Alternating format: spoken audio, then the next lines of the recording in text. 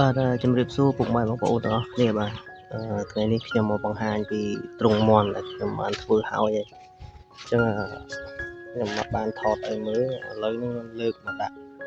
កន្លែងសំរុំហើយខ្ញុំដាក់ព្រៀបមកគូបាទហើយអញ្ចឹងនេះខ្ញុំ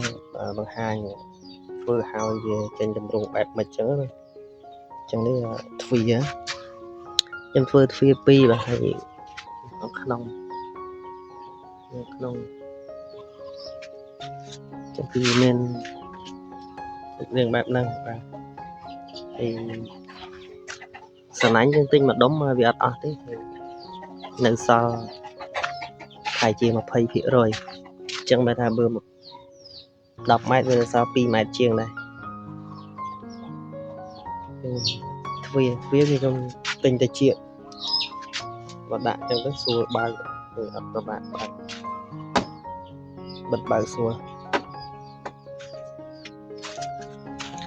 នេះទ្វាមួយទៀតខ្ញុំដាក់តិចដូចគ្នាហើយខ្ញុំដាក់ព្រៀបមកគូខ្ញុំលើកវាមកដាក់ខ្ញុំអត់ធ្វើដបូលទៅបួលទេអញ្ចឹងខ្ញុំបង្ហាញរៀងនេះអសវិញខ្ញុំធ្វើ4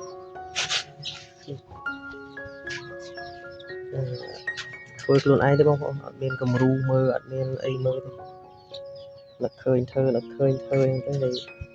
បូងគិតថាអស់អាស័យតិចដែរតែអស់អាស័យច្រើនដែរព្រោះខ្ញុំដាក់អនុច្រើនបាទហើយវីដេអូនេះមានប៉ុណ្ណឹងបងប្អូនខ្ញុំធ្វើហើយអញ្ចឹងហើយមើលតិចយើងអាចដាក់មន់ព្រៀបអីបានតែខ្ញុំធ្វើខ្ពស់ព្រោះខ្ញុំធ្វើតម្រូវដាក់ព្រៀបលើមន់យើងធ្វើតែប៉ុន្តែយើងធ្វើបាន2ជាន់សម្រាប់មន់តែខ្ញុំធ្វើដាក់ព្រៀបចង់ឲ្យវាស្រឡះវីដេអូនេះមានប៉ុណ្ណឹងបងប្អូនអរគុណច្រើនជួបគ្នានៅវីដេអូក្រោយបងប្អូន